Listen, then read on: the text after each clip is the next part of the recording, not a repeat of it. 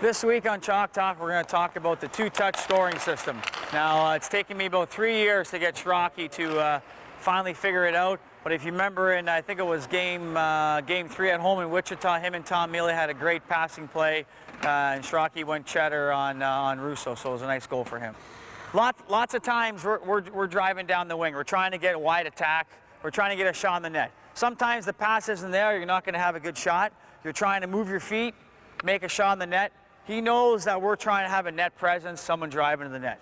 So lots of times you're not shooting to score, you're shooting for a rebound. You're shooting to, basically pass the puck. So we'll keep that in mind. We'll talk about that next week. But right now we're still going to try and work on the two-touch. See if you can freeze the goalie first. The puck carrier's got to freeze the goalie, make the pass across quickly, and the player receiving the puck has to catch it and get a quick shot on net.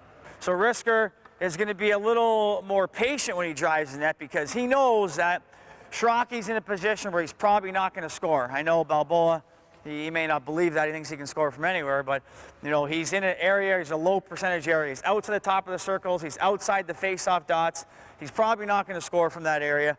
Risker is being more patient because he's anticipating the rebound to come out high, right? If it's lower, he can always jam down, but the rebound's going to come out high. He's hoping that righty to righty, he kicks it out. He's going to try and shoot somewhere to the middle of the net.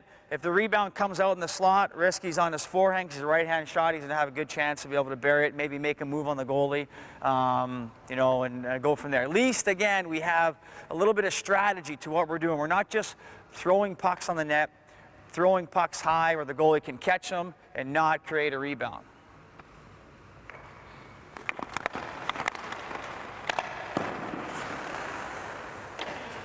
Yeah, perfect. So, hey, it's good.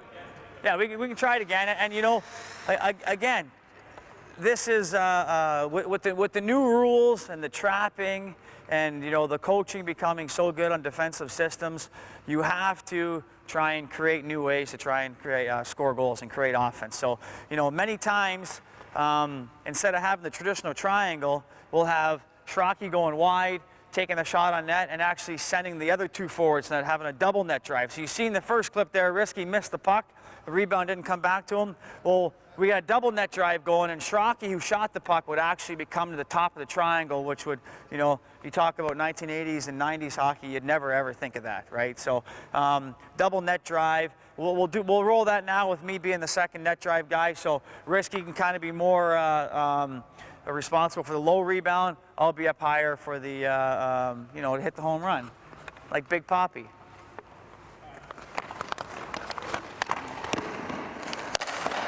You talk about just a single net drive in the first time, the rebound coming out on the forehand, and it doesn't come out, right? It goes in the corner.